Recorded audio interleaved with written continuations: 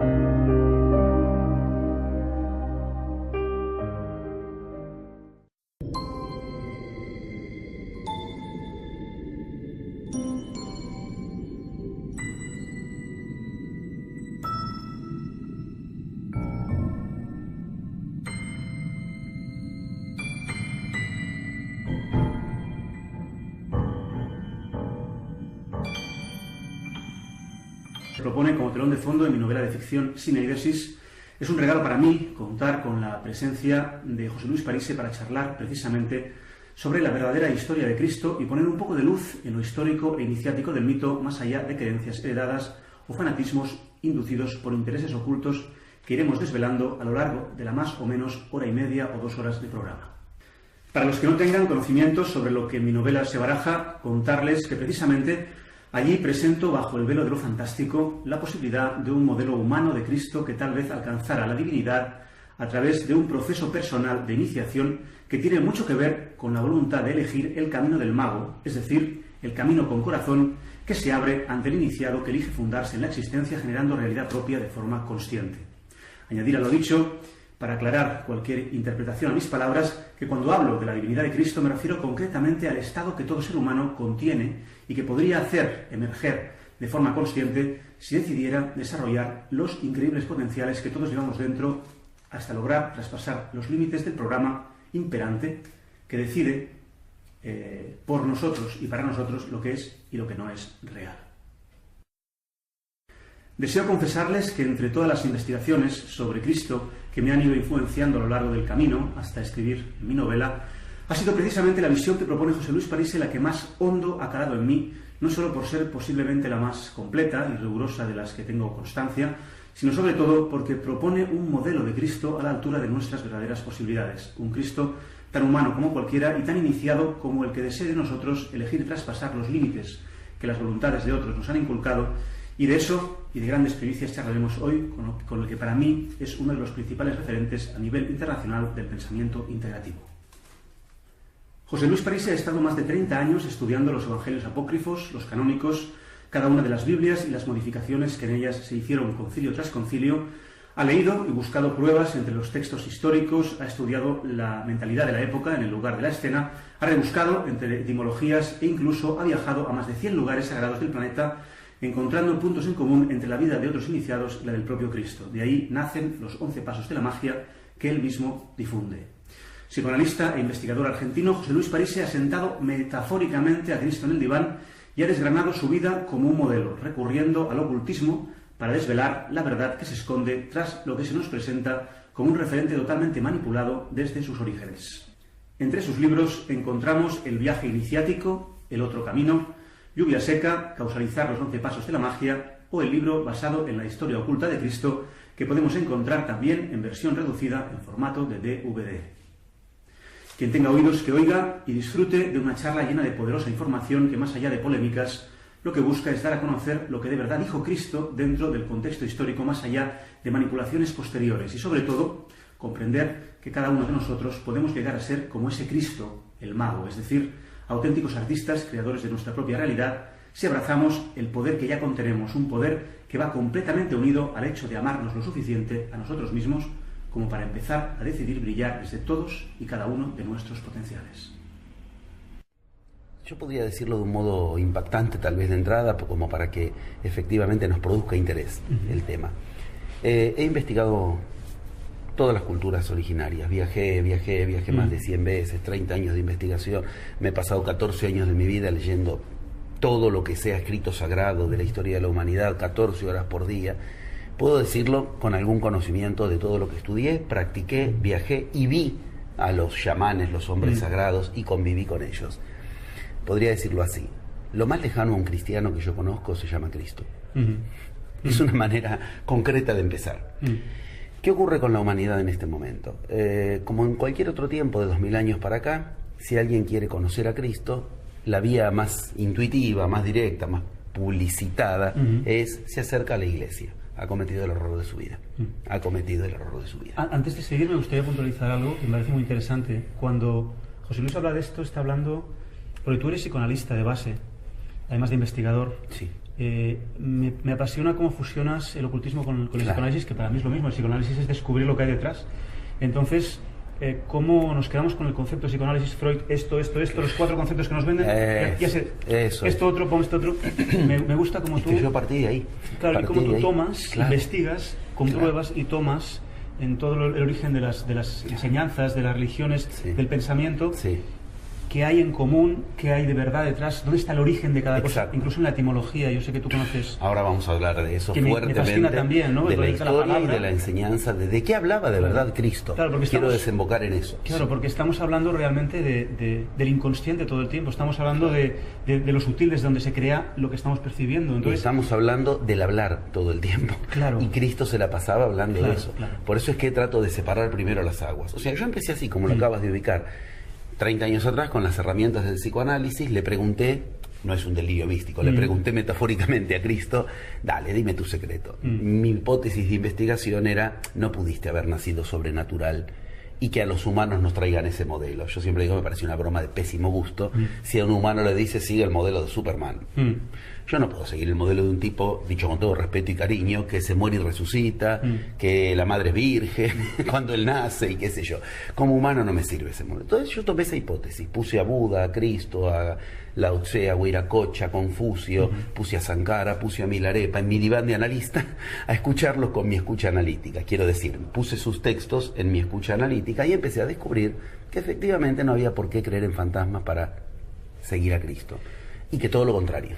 Cuanto más crees esas cosas, de la Madre Virgen, de la voz en el cielo que dice, este es mi hijo en quien tengo complacencia, cuanto más crees eso, más te alejas de Cristo y más te acercas a la iglesia. Y esta es la disyuntiva actual. Y quizá el tema también que he visto que tratas en algún libro, el tema del poder de la creencia, del ser objeto del otro, de decir, bueno, como me han vendido esta idea, no me la toques. Claro. ¿Qué estás diciendo? Esto no es verdad. Es decir, la guerra y religión que lleva a la guerra. Cuando hablas del sacerdote, del guerrero y del mercader, ¿no? Y señalas que el mercader es al que siempre se oculta. Está mal visto comerciar, está mal visto cuando el mercader es el que impide la guerra y permite el que las cosas sucedan. Lo que pasa es que el mercader sigue leyes ocultas, el guerrero sigue leyes ocultas y el sacerdote sigue leyes ocultas. Si tú desarrollas en ti el sacerdote, el mercader y el guerrero, no lo vas a precisar afuera. Entonces, ¿de qué viven las iglesias? Cuando digo las iglesias no me refiero solo a la católica, ¿no? Obvio, pero hoy por hoy es parte de las profecías que en la entrada en la nueva era íbamos a chocar contra lo que en mi iniciación se llama el paso 11, Séfira 11 del árbol de la vida, en la Cábala, Da'at, Séfira oculta, que te vuelve a poner el obstáculo que quisiste soslayar y te lo vuelve a poner delante. El obstáculo se llama eso, la iglesia. 2000 años atrás hubo una falsa fundación que no está en las Biblias originarias, que es totalmente espuria. Cristo jamás fundó una iglesia, Cristo estuvo en contra de las iglesias, Cristo era absolutamente, lo dice abiertamente, no hay que orar en comunidad, no hay que orar con otros, orar es una cuestión individual. La iglesia se llama iglesia, o sea, eclesiastes, o sea, comunidad. Cristo dice abiertamente, no llaméis padre a otro hombre en la tierra, llama padre solamente al que está en el cielo. ¿Cómo se hacen llamar los de la iglesia? Padre. Y si no le dice padre, se ofenden muchísimo. Bueno, Sin embargo, esto desemboca en cosas sorprendentes que ahora, por eso precisa su desarrollo, pero son digamos muy que puntuales. tú analizas la vida como analizarías un sueño realmente. Tal cual. Es porque esto para los chamanes es un sueño, para muchas culturas. En la India este es el sueño. Este es el sueño. Y el despertar es eso que ocurre en el momento que cierras los ojos en la noche. Es una decisión de cuál es la verdad, precisamente. Fíjate que hace 8 meses perdí una gorra que quería mucho en casa. Sí. La he buscado, al final decidí buscar dentro lo que había creado que perdiera la gorra y me olvidé. Y ayer, haciendo la maleta para venir acá a entrevistarte, apareció la gorra dentro de la maleta que necesitaba para poner el trípode. Qué grandioso. Entonces, bueno, claro, así funciona. Ese es un paso de los 11 pasos en juego que siguió Cristo. El paso 7, donde aprendes a trabajar con los sueños, con el trabajo del inconsciente, más allá del conflicto psíquico. Tú antes mencionabas el tema de Freud. Freud y Lacan abrieron un camino para entrar en lo oculto cuya terraza es la planta baja de lo que llamamos ocultismo. Pero, ¿por qué? Porque en psicoanálisis se reduce psíquico a conflicto. Y lo psíquico, una vez atravesado el conflicto, es infinito. El error de Jung es querer llegar a la azotea sin haber pasado por la planta baja. Y el error de Freud es dejar la cuestión en esa azotea cuando empezaba la parte esplendorosa del psiquismo. Entonces se llama primera mitad de método en magia y segunda mitad de método. Hinayana y Mahayana en la India, las dos grandes escuelas. Ambas son necesarias, del paso 1 al 5 y del paso 5 al 10. Y el 11 es el que intercede, el que trata de frenarte, pero es el maestro máximo, porque es el que te muestra el que te has engañado. Ese paso 11 es el que en este momento, a la entrada de la nueva era, está tomando a la humanidad. ¿Cuándo?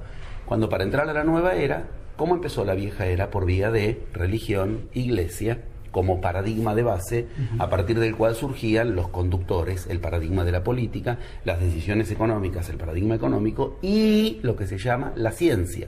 Yo de esto me he ocupado específicamente en artículos que se publicaron acá en Europa, que los publiqué, La ciencia viene de lo que llamamos religión, es decir, las bases son la misma. Los 10 axiomas de Euclides son 10 axiomas, o sea, son 10 cosas incomprobables, son 10 cosas de las que hay que creer, son los 10 mandamientos de la ciencia, y esa es la base de la ciencia. La ciencia se enseña en catedrales, o sea, en cátedras. Cambiamos teologías por teorías, el teo sigue ahí. Yo trato de mostrar que lo que hoy nos enseñan, nos lo enseñan antes los que profesaban la fe, ahora los profesores. Trato de mostrar que es una misma cuestión. Claro. Nosotros vivimos creyendo lo que nos dicen los científicos. ¿Y cuánto hay en lo que nombramos de oculto? Claro, ahí está. Por eso trato de ubicar. Las palabras nos guían. La ciencia es la cara nueva de la religión. La gente siente por la ciencia lo que antes sentía por la religión, la idea de que ahí está la verdad. Y la verdad es un concepto que va por otro lado completamente distinto que por los laboratorios. Cristo se ocupó de la verdad. Y ahora es donde nos podemos meter en tema de un modo directo. En este comienzo de ciclo, en este comienzo de la nueva era, seguir insistiendo con que la Iglesia nos acerque a Cristo nos va a hacer repetir el rebote contra la vieja era. Por eso empiezo ahí, en ese punto central. Tú mira lo que ocurre cuando hablan, inclusive y especialmente el Papa actual. Casi nunca citan a Cristo. Citan a San Francisco, la encíclica Santo Tomás, y cuando te dicen que están citando a Cristo alguna vez entre tantísimos conferencias que da, o encíclica o misa o cuando dicen que citan a Cristo, lo que citan no es de Cristo, son los pasajes estratégicos que la Iglesia agregó. El famoso ejemplo estuvo en Río de Janeiro, cuando estuvo el Papa hace 3-4 meses, y dijo literalmente, te pido por favor, lee solamente Mateo 25, y dijo, te pido de corazón, no leas más. Mateo 25 no es otra cosa que un agregado de la Iglesia. Por eso está solo en Mateo, no está en Lucas, no está en Juan, no está en Marcos, no está en los apócrifos. Bueno, te cita a Cristo una vez cada 10.000 y donde te lo cita casualmente es donde no hay otra cosa que un agregado de la Iglesia. Claro, disculpa que te interrumpa un momentito, es algo que me impresionó mucho cuando yo había leído ya pues los evangelios, tanto los canónicos como los apócrifos. Además yo vengo de educación del Opus Dei, así que imagínate el camino que he traspasado. Ojo, te enseña mucho también. Sí, aprendí mucho, pero también el Opus Dei es otro extravío, pero me refiero que ahí sí tuve formación religiosa, con lo cual cuando empecé a leer lo alternativo a eso, aluciné. Entonces cuando descubrí tu... Gracias. Muy amable. Algo para... Esta es la magia, ¿ves? Aparece. Sí, me parece sin pedir. Gracias, muy, muy amable. Pues cuando... Falta ya el trocito de pastel nada más. Muy amable. Muy amable. Pues me fascinó descubrir que lo que tú proponías lo proponías en base a investigación. Es decir, me fascina cómo propones tomar a Cristo, pero no te bastas con proponerlo y hablar y decir lo haremos así. Tú te interesa primero desgranar los textos y realmente ir a lo histórico, es decir... Y aplicarlo. Exacto, y aplicarlo, ir a lo que se puede tocar y aplicarlo. Entonces, cuando empiezas a desgranar los momentos en los cuales se ha ido manipulando las Biblias, los concilios, punto por punto, la verdad es que cuando uno escucha con las orejas abiertas, escucha y está abierto de mente, no puede más que ir diciendo, ostras, claro, esto me cuadra. Desde dónde viene Abraham hasta todo, cada paso. Entonces, al final... creas en lo que creas, desde luego te quedas diciendo, bueno, a mí me han vendido un cuento. Es tal cual, es tal cual. Esto quizás sería lo que yo desearía cuando los que nos escuchan tengan una creencia muy firme, que no se resistan, que escuchen lo que estamos diciendo y que se dejen llevar y que contemplen esto como un sueño y sientan, porque al final, si buscamos la verdad, ¿por qué creernos lo que nos han vendido si podemos redescubrir algo quizá mejor para nosotros? Bueno, mira, estás partiendo de un concepto en el que machacas, y es la clave, es un buen lugar para usar ese término como puerta de entrada, la verdad. Cristo habló de la verdad. Ahora bien, lo que la gente entiende que dice Cristo, cuando Cristo usa las 5 palabras claves que usa Cristo continuamente: fe, que no es una palabra que él use como nosotros pensamos que la usó; verdad, que no es una palabra que él use como nosotros pensamos que la usó; la tremenda concepción que prácticamente hoy es desconocida que tenía Cristo acerca del tiempo. Cristo pensaba el tiempo como se lo pensaba en Grecia y en la India. Y esto es fácilmente demostrable, y si quieres lo hablamos de cómo pensar y cómo te enseña a aplicarlo en tu vida eso. Tú mencionabas a Abraham. Abraham es una conjunción de sin brahmanes. Es decir, son los descastados, los brahmanes descastados, con los que Cristo después se fue a encontrar y que tuvo un serio problema biográfico, digamos. Él en la India casi fue asesinado por los brahmanes. Esto es histórico, porque él no quería darle la enseñanza solo a las castas altas. Lo mismo que después va a hacer con su enseñanza cuando regresa a Israel. El tiempo, la verdad, la fe. El tremendo concepto del que la Iglesia manoseó y vituperió tanto, llamado metanoia, que la Iglesia traduce como arrepentimiento, y que no tiene nada que ver con lo que Cristo ubicaba cuando ubicaba la metanoia, el arrepentimiento. Y el peor, el más escupido, basureado, vomitado y manoseado, el concepto del amor. ¿De qué hablaba Cristo cuando hablaba de fe? Verdad, amor, arrepentimiento, y eso que Cristo pone en el centro y que es totalmente ignorado, llamado el tiempo. Con esos 5 conceptos tenemos perfectamente enmarcado lo que Cristo enseñó. Yo no digo que lo que Cristo enseñó se reduzca a esos conceptos, digo, es el marco. Sin eso vas a creer que estás leyendo, entendiendo, practicando a Cristo, y lo que estás practicando es lo que los curas te metieron en la cabeza. Un concepto tal como la fe, yo podría decirlo en una sola frase: Cristo nunca habló de fe. Ya sé, la gente habla de la Biblia y me dice, acá dice que Cristo dijo, tu fe te ha salvado. Momento. Ahí dice lo que la Iglesia tradujo. La base de todo para Cristo es la fe, esto está claro. Sin embargo, cuando Cristo hablaba de fe, hay palabras que yo me he tomado el trabajo de ir a los textos y ver cómo las decía Cristo. Cristo usa la palabra fe de 2 maneras. Ninguna de las 2 se tiene que traducir a lo que hoy entendemos por fe. Pero vamos a algo fácil. Cualquiera que le preguntes, ¿qué entiendes por fe? No dice 3 palabras que inmediatamente usa la palabra prohibida. Creencia. Es casi un sinónimo. ¿Qué es la fe? Creer en algo. Okay. Eso es todo lo contrario a lo que Cristo entendía cuando hablaba de fe. Quiere decir, yo tengo que tomar partido, voy a seguir a Cristo. Entonces, ¿qué decía Cristo sobre la fe? Pero 2000 años nos han vendido agua podrida, debajo de la cual quedó sumergida la joya que es de lo que hablaba Cristo cuando hablaba de fe. Para Cristo la fe lo concepciona y está ubicado con precisión, porque Cristo, empecemos por recordar, yo lo hago casi como una broma, miren que Cristo no era cristiano. Cristo era hebreo, era judío. Entonces leía el Antiguo Testamento. En el Antiguo Testamento la fe se nombra de un modo particular, que es la emuná. A veces lo vas a encontrar como menuá también, ok, por etimología distinta. La emuná. La emuná significa literalmente certeza absoluta. La emuná significa literalmente, segunda traducción, verdad. Y la emuná significa literalmente, tercera traducción, matriz. O sea, ¿qué es la fe? Empecemos por el principio. Si vos crees, no tenés fe. Cristo usa la palabra emuná y la otra palabra en griego, que es la más fuerte, la vemos enseguida, y las dos se las traducen igual, fe. Emuná no significa lo que nosotros entendemos por fe.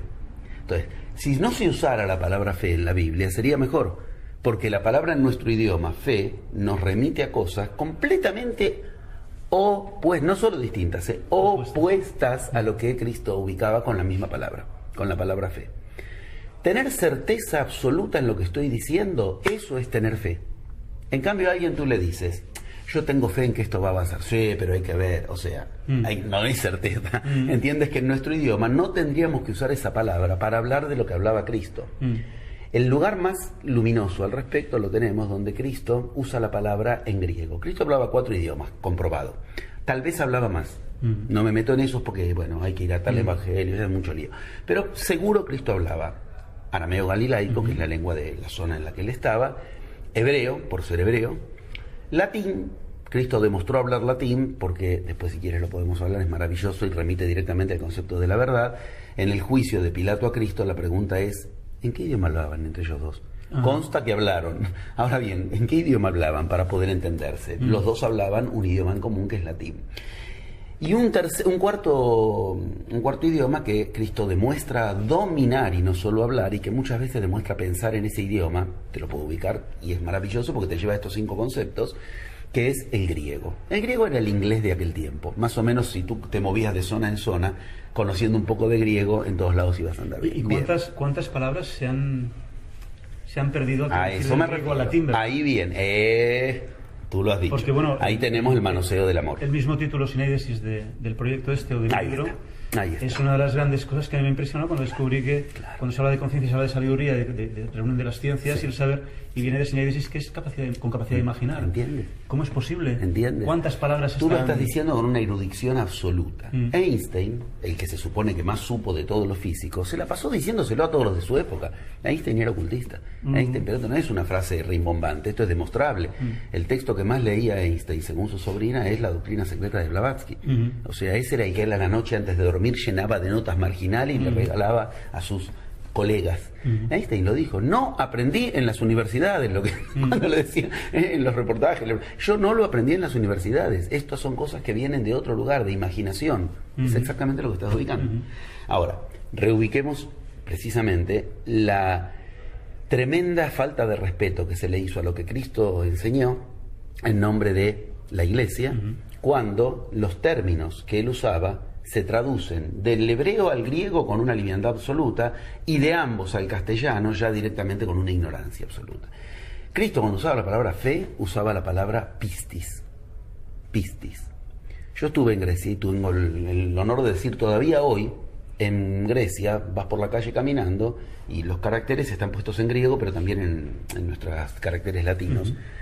Y literalmente lo lees, trapezas tes pisteos. Trapezas tes pisteos. ¿Qué significa? Mesa de crédito, lo que nosotros llamaríamos banco.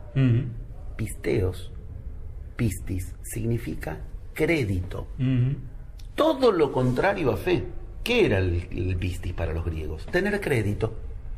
Tú tienes crédito, entonces puedes hacer tal cosa. Tú tienes crédito. Tener crédito, ganarse un crédito, una dignidad. Lo que para la religión originaria, la del Babalago, la de África, se llama el Olodumare, el hombre que emana dignidad. ¿Entiendes que apuntar a tener fe como una creencia hueca en algo ciego? Y bueno, yo tengo fe que la madre de Cristo era virgen y que murió y resucitó, estupideces totales. Tener fe en eso es lo que se te exige para hacerte creer que estás siguiendo a Cristo. Cristo no te pedía eso. Cristo le dice, tu crédito te ha salvado. Lo cual nos lleva a la siguiente pregunta. ¿Y con qué yo tenía crédito? ¿Con qué logro que mi fe, mi pistis, mi crédito, si fuéramos exactos, me salve? Ahí es donde empieza la enseñanza de Cristo. Cuando Cristo dice literalmente, le preguntan por la dieta y él dice, no es lo que entra por tu boca lo que va a pudrir tu vida, es lo que sale de tu boca lo que va a pudrir tu vida. Está poniendo la atención en con qué tengo pistis o no. Hay una concepción particular que Cristo tiene respecto de, que es la que había en su época y es la que se estudia en iniciación, con qué adquieres crédito en la vida. Hay que tener una palabra verdadera. Eso nos lleva al segundo concepto de Cristo, la verdad. Acá es donde podemos alquilar balcones para aprender de qué hablaba Cristo cuando hablaba de con qué ilumino mi vida. Ilumino mi vida con pistis. Claro, no hay que traducirlo con la fe me va a iluminar por vía de la creencia, porque ya te fuiste a la iglesia, no te fuiste a escuchar a Cristo, te fuiste a escuchar al cura. Y esto es una elección que cada uno tiene que tomar. Yo no estoy opinando, yo estoy diciendo, cuando un cura me dice fe, y cuando Cristo me dijo fe, me están hablando de cosas completamente distintas. Yo me pasé la adolescencia hablando con los curas de estos temas y le escapan, le tienen terror. Mira, por un motivo que ahora te voy a contar, primicia, por un motivo que estos días pasados, este mes pasado y el anterior, desde que asumió este Papa nuevo, tuve que volver a hablar con los curas. Llegué a encontrarme despropósitos tales como el que voy a ubicar ahora. Yo le decía al cura, no, Cristo no dijo eso, y Cristo dijo esto otro, pero Cristo estuvo en tal lugar e hizo tal experiencia. El cura empezaba a cambiar la expresión, no le gustaban. Entonces me dice, ¿dónde dice eso? Entonces le cito, en tal lugar. Ah, pero ese es el Cristo histórico. ¿Perdón? ¿Hay otro? ¿Cómo ese es el Cristo histórico? Me estás reconociendo descaradamente que entonces el Cristo que ustedes enseñan en la iglesia no es el... Es como que estamos en España, como que vos me digas, Franco volaba. Y yo te digo, no, Franco no volaba. El Franco histórico no volaba. Es igual de absurdo. Pásalo a Perón, a quien quiera delito, ¿entiendes?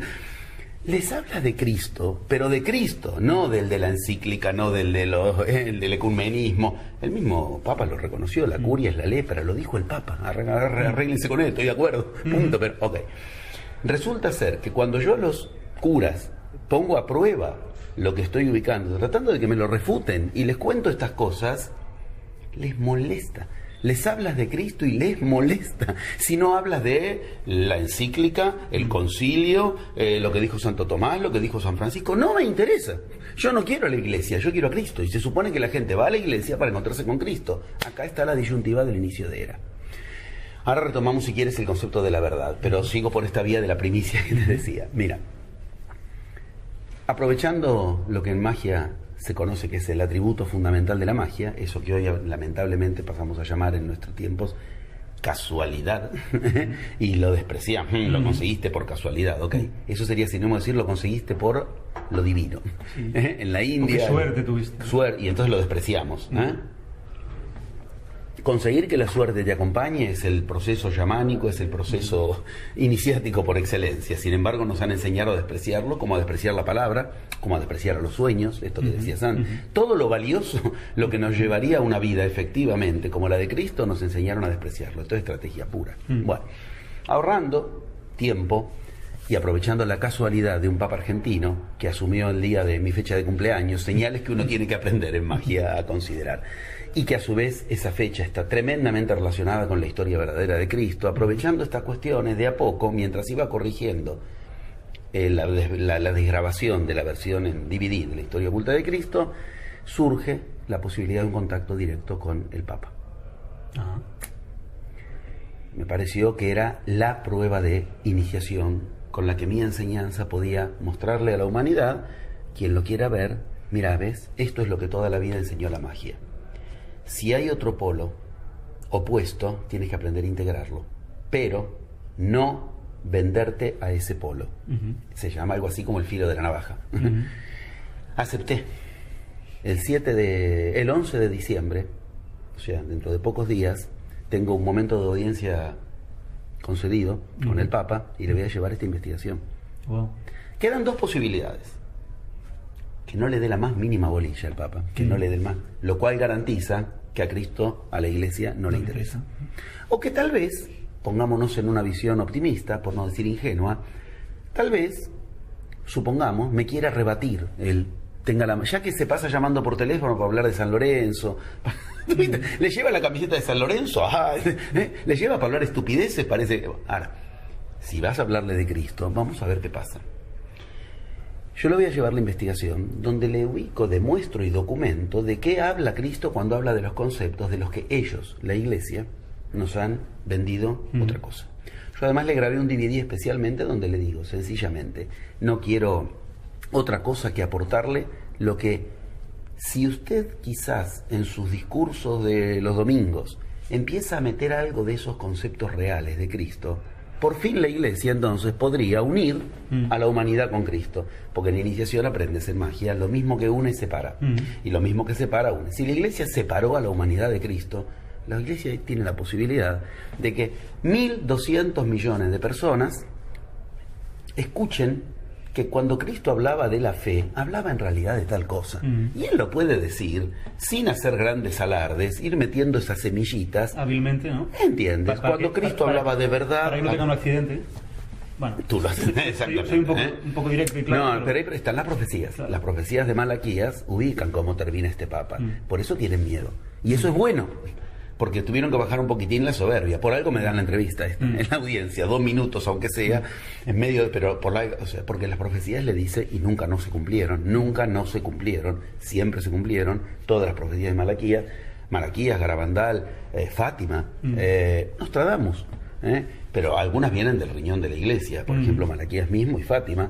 Les dicen que este Papa va a terminar horrible, que va a ocurrir lo que está ocurriendo, o sea, que primero va a haber todo un entusiasmo que se lo va a volver en contra. Entonces, supongamos que el Papa decide darle una oportunidad a Cristo, de verdad, y terminarla con tanta encíclica de la Iglesia y la historia, que lo que importa es Cristo. Supongamos que sin hacer grandes anuncios, para que no tenga un accidente, como tú mismo dices, etcétera, empieza a contar que Cristo cuando hablaba de fe, en realidad hablaba de tal cosa, que Cristo cuando hablaba de la verdad, hablaba...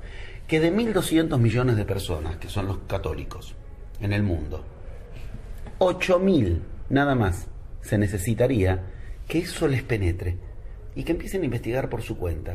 Para tener nueva era, el concepto de masa crítica dice, se necesitan 8.000 personas, por los 7.000 millones de habitantes, raíz cuadrada del 1%. Es muy realista. Y de verdad no lo molesto. ¿Entiendes? Le llevo algo que puede ayudar a que la Iglesia tal vez evite esas profecías espantosas con toda humildad. ¿Por qué no? Si yo le estoy llevando algo de lo que él está obligado a hablar, de Cristo, que la terminen con engañar a la gente de una vez por todas en nombre de Cristo. Y para eso, ¿qué se necesita? Reorientar. Tú nombraste antes el psicoanálisis. Lacan en un momento les dice a los de la Internacional Psicoanalítica, la IPA, terminémosla con Melanie Klein, terminémosla con Lowenstein, terminémosla con Anna Freud, volvamos a Freud, propone. Ok, yo propongo, volvamos a Cristo. Y claro, al origen. Exacto. No nos hace falta San Francisco de Asís para entender a Cristo. No nos hace falta un papa que nos venga. Nos hace falta escuchar a Cristo. Pero para eso hay que entrar en estas cuestiones. Mi investigación intenta contarle a la gente qué dijo Cristo. Y lo más interesante, lo que dijo Cristo es lo mismo que dijeron todos los iniciados que estudiaron lo que la Iglesia decretó que era maldito, que era del diablo, magia. Hace poco salió a la luz, afortunadamente, ya no solo los textos que nadie lee, sino algo sumamente impactante. En Alejandría se encontró un jarro de la época de Cristo, de los lugares donde estuvo Cristo. O sea, hasta podríamos pensar que tal vez era un jarro de Cristo. ¿Por qué? Porque el jarro tiene un grabado que dice Cristo de Gostáis, Cristos de Gostáis, Cristos de Gostáis, como si tú le pones tu nombre a la tacita, Cristo de Gostáis. Cristos de Gostáis significa Cristo el mago. O sea, en su época lo conocían como el mago. Si tú en la iglesia quieres hablar de magia, te excomulgan. Yo le voy a ir a la iglesia a hablar de magia. Mira la seguridad que tenemos en lo que hemos investigado. Y le voy a tratar de... Yo no sé si él lo va a leer, por eso también le hice un DVD de 8 minutos con un mínimo compacto de estas cosas, porque no puedo tener la soberbia de pensar que él se va a sentar a leerlo. En una de esas sí, no sé, por ahí le veo 10 minutos menos un partido de San Lorenzo y se sienta, lo digo con ironía, y se sienta a leer un poquito una investigación que si me la quiere rebatir, vamos a ver con qué, pero que le dé un poco de crédito al menos, porque se supone que para la Iglesia la soberbia es un pecado. Y sería una soberbia que te digan, escúchame, acá está lo que dice Cristo, no es lo que decís vos, y que encima lo tiren a un costado. Encima lo estoy llevando con una unción que considero absolutamente respetable, sagrada, y que de verdad es un acto heroico, no mío, de quienes me lo dieron. Todo es confluencia en magia, todo confluye. Después, si quieres, retomamos los conceptos de la verdad y los otros conceptos. Pero aprovechamos para, en este contexto, por eso, en el inicio de la nueva era, podemos unir las cosas que estaban separadas. Si no, no va a haber nueva era. Ok, la iglesia se separó de Cristo. Aprovechemos la iglesia para que la humanidad se una a Cristo a través de la iglesia. Y si no, la que va a quedar mal parada es la iglesia. Porque yo me voy a encargar de, por todas las vías posibles, de hacerle saber a la humanidad, como hace un montón, lo estoy tratando de hacer, miren, Cristo hablaba de esto, no de esto otro. Y si la humanidad se entera, no queda duda entonces. Ahí estuvo el Cristo negro del que hablan las profecías. Ahí estuvo ese Papa negro, ese Cristo de las vírgenes negras, las vírgenes morenas, un Cristo escondido detrás de la iglesia, en la iglesia, dentro de la iglesia. Es curioso cuando hay gente que ha leído mi novela y hablan conmigo y dicen, ostras, Víctor, ¿cómo es posible que exactamente hasta que no voy avanzando no entiendo qué modelo de Cristo defiendes? Pero yo he conocido gente que está convencida de que Cristo no existió y lo demuestran, los plagios, textos egipcios, tal, lo demuestran. He conocido gente que cree que existió pero fue de otra manera. Existe gente que habla de que el Bautista era más... Hay muchas opciones para todos por debajo. Hay para todos los gustos. Cuando yo escuché tu historia de Cristo, al principio incluso pensé que había un punto no de ingenuidad en ti, porque evidentemente no eres ingenuo, pero sí un punto de ostras, leer los textos de tan claro, igual ni existió, porque yo tenía un poquito todas esas informaciones, hasta que escuché todo y cuando más allá de la razón algo se asienta y dices, ostras, pero si al final estamos hablando de lo mismo. Claro. O sea, ya no importa si existió así o así, estamos hablando de que tú desgranas históricamente, ha sido Flavio Josefo, ha sido a todos los... Sí. Y desgranas también toda la parte visible de la, entre comillas, lo que se puede ver. Sí. Porque claro, si no tomamos lo que se puede ver y lo que está oculto, no sabemos lo que estamos Por eso viendo. es el Cristo moreno en las iglesias. Claro. Es el mensaje de que hay un Cristo oculto. Claro, como lo del bien y el mal, el diablo, ¿no? Y todo eso de quién está en qué lado, ¿no? Claro, todo eso claro. Sí, Entonces, sí. me fascinó entender que más allá de todo lo que estamos hablando, tu objetivo real era, bueno, olvídate si quieres de Cristo. Claro. O sea, yo te estoy hablando de usar la vida de Cristo, por eso, la verdad, para que hagas tú algo con tu vida, como si quieres nos vamos a Buda, Krishna, que al otro. Tal cual, vas a encontrar la misma enseñanza. Si no quieres considerar a Cristo, porque no sabes si existió o no, ok, te vas a Buda, no tienes duda de que existió, te vas a encontrar con lo mismo. Estos 5 conceptos de los que estábamos ubicando. Porque estás hablando de magia. Que son 4 conceptos y uno que engloba a todos en realidad. Claro, estás hablando de magia y hay gente que me pregunta, pero Víctor, es que esto de la magia, esto es el esoterismo. Digo, mira, cuando tú escuchas a José Luis, cuando habla gente que está intentando mostrar de otra forma lo que lo hablamos como magia, si la magia es la ciencia que interactúa con el inconsciente, es la ciencia que sabe tal cual usar el inconsciente para generar algo en la realidad. Si al final estamos hablando a Cristo le llevaban, bueno, ok, vamos primero por partes, me parecen cosas muy serias las que estás ubicando, no las quiero pasar por alto. Por eso me encargué yo primero de la historia oculta de Cristo y después la enseñanza oculta de Cristo, como para demostrarles a quienes quieran conocer el tema, no desde la versión de la Iglesia, que sí, que hay motivos para entender que Cristo histórico existió. O sea, primero hablo de la historia oculta, la vida de él, y entonces la enseñanza. Pero en realidad lo que tú dices está perfectamente así. A Cristo no le interesaba, no daba a conocer su vida, no le interesaba, él se alejaba de las multitudes, eso está en la Biblia. No es que él interactuaba mucho con la gente, porque él quería que conozcan su enseñanza. De todos modos, eso no significa que, y si fuera así lo diría, no veo por qué no, que la investigación me llevó a ver que hay dudas de que el Cristo histórico haya existido. No, todo lo contrario. Entonces, ¿qué hice? Primero traté de ubicar todo lo que hace a la vida de Cristo, quién fue el padre, quién fue la madre, los hermanos, los testimonios de que efectivamente pasaba por tal lugar, ocurría tal cosa. La parte biográfica. Pero esto es lo que hizo que me hagan esa entrevista con el Papa que vamos a tener ahora. Si cumplen su palabra, ya me enviaron la carta de que tengo fecha. Justo el 11, mira, los 11 pasos de la magia, lo eligieron ellos, de casualidad, son señales. ¿Por qué? Porque cuando se investiga históricamente a Cristo, en general, lo que termina dándote es un modelo asqueroso, una momia, disecado, es un tipo como cualquier otro, ¿me entiendes? No es así. Eso es lo que a mí me fascinó, que cuanto más yo investigaba el Cristo histórico, más me acercaba a la magia. Ahí quería llegar. Eso. La magia que hoy en día se usa para todo sin que nos demos cuenta, ¿no? Porque esto es un mundo de magia. No son lectores frenando en el vacío.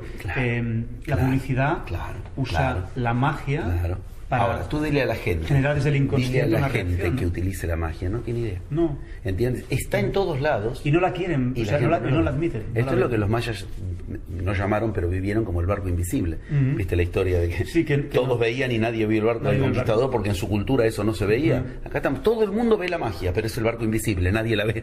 Todo el mundo está ante la magia para hacer magia, pero nadie la ve. Tienes que cambiar de paradigma para verlo, que es lo que ocurrió con el chamán. El chamán un día a los mayas le dijo: algo nos está por atacar, porque veía desde otro paradigma. Claro. Okay. Con lo cual Cristo el mago. Cristois de goistais. Esto es fundamental, porque el Cristo histórico es taumaturgo, es mago, son nombres distintos con los que se lo conocía. De hecho, dice la Biblia que la gente le traía multitudes para que él los cure como un taumaturgo, como un mago. O sea, no hay duda, el Cristo histórico, si hoy viniera Cristo, no reconocería en la iglesia a su enseñanza, pero ni parecida. Una iglesia que el domingo pasado, es tremendo, a mí me da vergüenza ajena lo que voy a decir. El Papa sale a hacer su alocución al pueblo, 30.000 personas, y les reparte una cajita que dice misericordina, la cura todos los males. A mí me daría vergüenza. Si yo a la gente en mi plenario le digo, magiquina, toma, esa estupidez es la que nos van a ofrecer para iniciar la nueva era. Está bien, uno puede decir tener un poco de humor, sí, pero detrás de eso no hay algo consistente.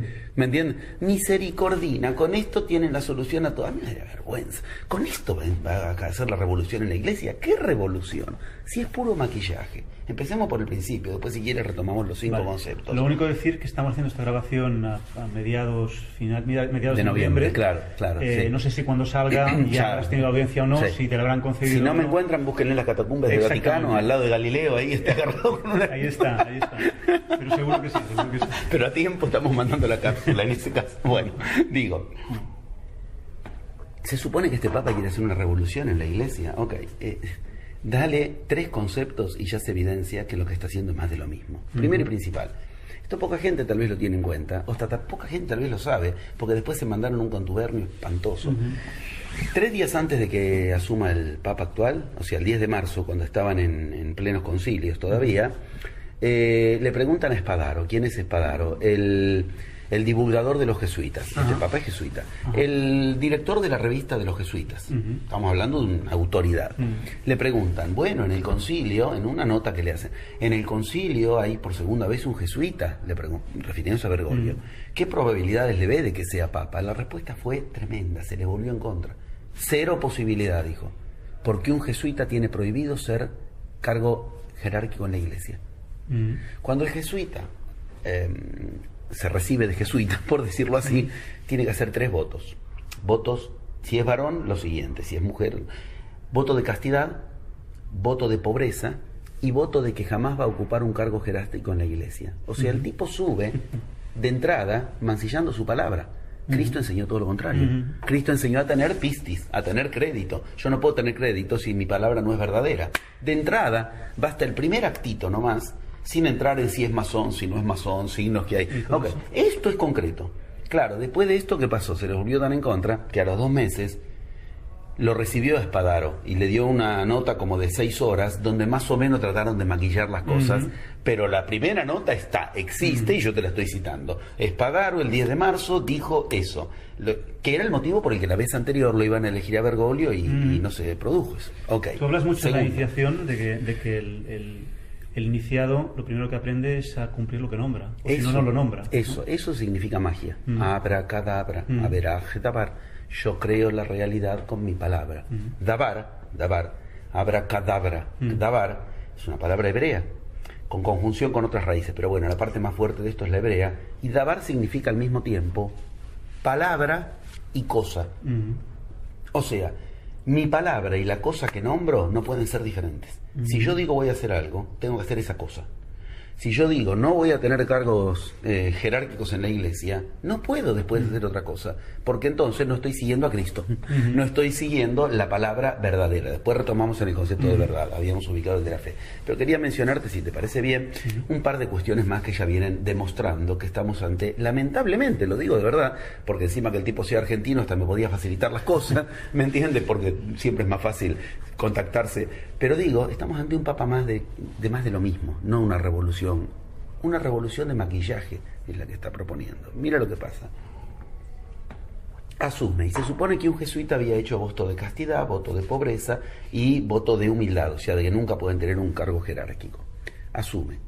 Lo primero que tendría que haber hecho para ser fiel a su dabar, a su palabra, es renuncio al absurdo absoluto que inventó la Iglesia, llamado el pecado de soberbia por excelencia, la infalibilidad del Papa. Un Papa no puede ser jesuita y creerse infalible. Es como que digamos, yo soy militar y no creo en la guerra. No, un momento. Hay algo que está mal. Yo juré defender con las armas a mi patria. No podrá decir yo no quiero armas. Juraste. Okay. El tipo no renunció al concepto de infalibilidad del Papa. Es terrible, la gente tal vez lo perdió de vista, pero el Papa es infalible por decreto. O sea, si el Papa dice los humanos tenemos 3 brazos, de ahí en más hay que creer que los humanos tenemos, porque lo dijo el Papa, es todo lo... No renunció a eso, ya sé. Detrás de eso están los listillos. No renunció José Luis, porque no te das cuenta que es una estrategia, porque mientras él mantenga la infalibilidad, cualquier cosa que él diga la van a tener que cumplir. ¿Y por qué no hizo entonces que cumplan lo que él se comprometió que iban a hacer? ¿Qué fue lo que dijo en el primer discurso cuando salió ante la plaza de Roma? ¿Qué más quisiera yo que una iglesia pobreta, la iglesia pobre? ¿Y ahora qué te impide hacerlo? Sos infalible, querido. Si tú das un decreto de, desde hoy la iglesia cede sus bienes, vengan todos los pobres del mundo a hacer fila en la Piazza San Pedro y yo les voy a regalar a cada uno lo que le corresponde, le tienen que aceptar, porque él es infalible. No donó un banco de iglesia el muchacho. No donó nada. No donó, ya hace un año casi que está. No donó nada. La iglesia sigue teniendo la misma. Y peor, no nos engañemos. Encima lo que está haciendo, ¿qué es? Ordenar las finanzas del Vaticano. O sea, piensa seguir teniendo banco, millones, fortuna. O sea, si no, ¿para qué lo ordeno? ¿Para qué voy a ordenar mi casa si no pienso vivir ahí? ¿Para qué quiero ordenar el banco del Vaticano si no quiero tener...? O sea, no está en sus planes. Entonces, nada está cumpliendo la palabra de lo que dijo.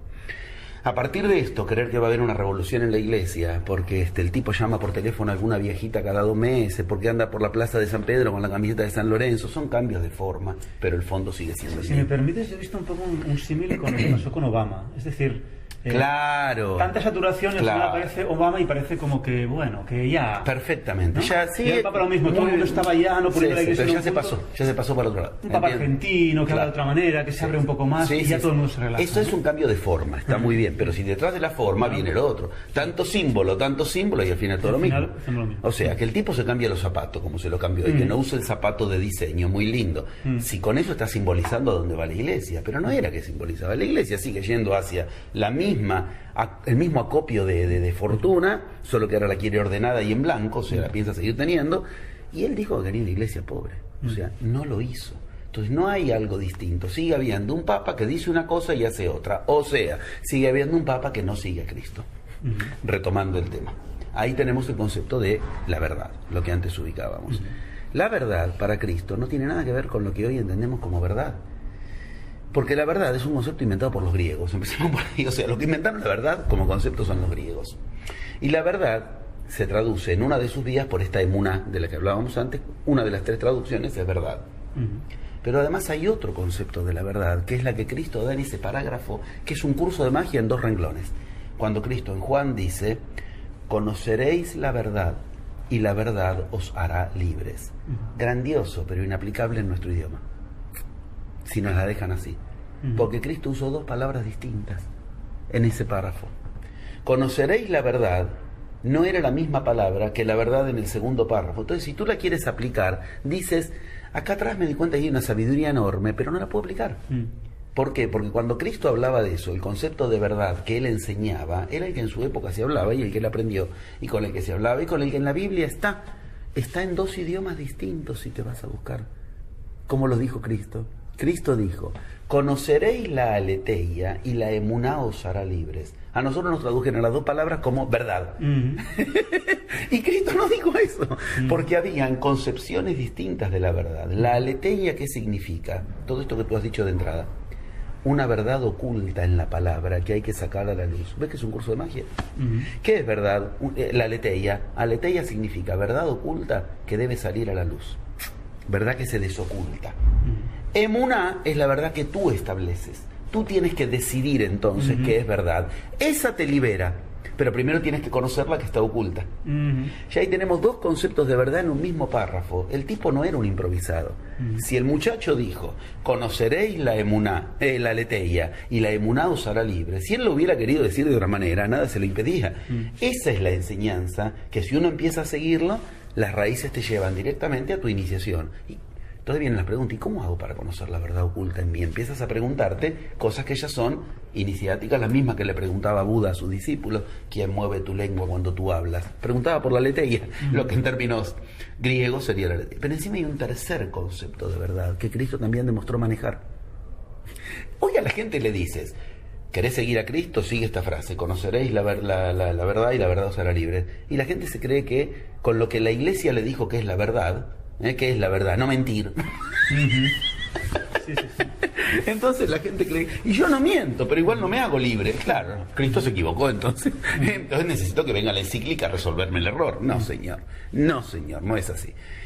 Cristo ubicaba ese elemento donde la verdad es un concepto extremadamente iniciático, preciso, poderoso, y que él no encuentra una manera de decirlo en un solo idioma. Por eso en el mismo párrafo tiene que ubicar dos vertientes. Pero hay una tercera vertiente a la que Cristo se superaferra en el momento más duro y difícil de su vida. Antes lo hablábamos, en el juicio ante Pilatos. El juicio ante Pilatos no está en ningún lado, está en dos lugares nada más, me refiero. No está en Marcos, no está en Mateo, no está en Lucas. Nadie sabe lo que pasó ahí adentro cuando hablaba, excepto Juan.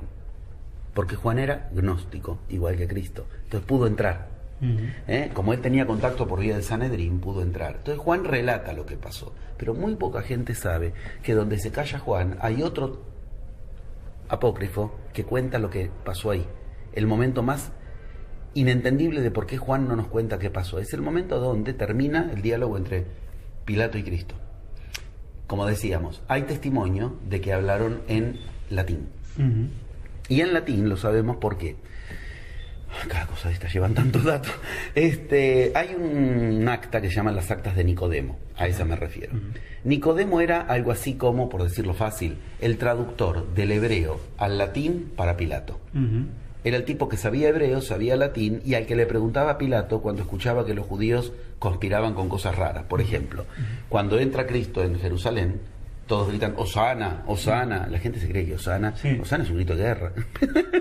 Hosana es libéranos, libéranos. Y lo decían con la a mí me da tanta ternura, pero al mismo tiempo tanta bronca. Cuando los ves los domingos de Ramos, con el ramito de oliva en la mano, a la viejita en la isla, Hosana en las alturas. Qué papel de ridículo. No tiene nada que ver. Lo que tenían en la mano, dice la Biblia, era un calpá, y calpá es... ¿Viste las palmeras? ¡Eso! Era un machete en la mano. ¡Hosana! ¡Os libéranos! ¡Libéranos! No tiene nada que ver con Libia, Hosana. Entonces, Pilato lo escucha y se da cuenta que le están conspirando, porque Pilato era cualquier cosa menos tonto, aunque en la Biblia tratan de pasarlo como que se hace el... No, señor. Pilato era un tipo de cuidado y no era el que se lavaba las manitos, como lo quisieron hacer creer para hacer quedar bien a Roma, porque la iglesia está en Roma. No, señor. Y Pilato a quien le pregunta es a Nicodemo. ¿Qué dicen cuando dice Hosana? Entonces, esto da testimonio de que Nicodemo conocía lo que hablaban entre el hebreo y el latín. Y en las actas de Nicodemo está la continuación. Por lo tanto, Nicodemo, como traductor y como escriba de lo que ocurría, tomó nota de lo que pasó. ¿Cuándo? Cuando se remite al tercer concepto de la verdad. Cristo ahí usa la verdad en una tercera vertiente que a nosotros no nos llegó, igual que no nos llegó la diferencia entre aletheia y emuná. No nos llegó ese momento crucial, cuando Pilatos le pregunta, quid veritas est, ¿qué es la verdad? Se lo preguntan en latín, quid veritas est, ¿qué es la verdad? Porque Cristo había dicho, yo he venido a dar testimonio de la verdad. Entonces Pilato le pregunta, ¿y qué es la verdad? Según Juan, Cristo no respondió. Esa es difícil de aceptar. Que el tipo se haya quedado... No. Las actas de Nicodemo nos cuentan algo a media lengua, de la que después hay leyendas que más o menos le dieron la forma definitiva para entender qué ocurrió. Lo que dicen que ocurrió es que Cristo no es que no respondió, respondió así. Se mostró él. Eso es un anagrama perfecto que forma de quid veritas est. Te lo digo en latín enseguida. Est vir quid adest. Significa esto. ¿Y qué es? este virtuoso que tienes delante. ¿Qué es la verdad? Yo. Ese es el concepto veritas. Tercer concepto de la verdad. Aletheia, emuná, veritas. ¿Qué es la veritas? Tú tienes que encarnar tu palabra, serlo tú. Tú tienes que. Eso se llama emanar. Emuná viene de emanar, viene de emuná. Quien emana la emuná ya es un veritas, es un hombre virtuoso. Los humanos no sabemos que nos tocó la peor parte de la repartija. Ya ser humano es horrible. Pero no lo digo yo, lo dicen los griegos. O sea, tiene de desecho, ¿no? Además. Claro, el humus, la tierra no fértil.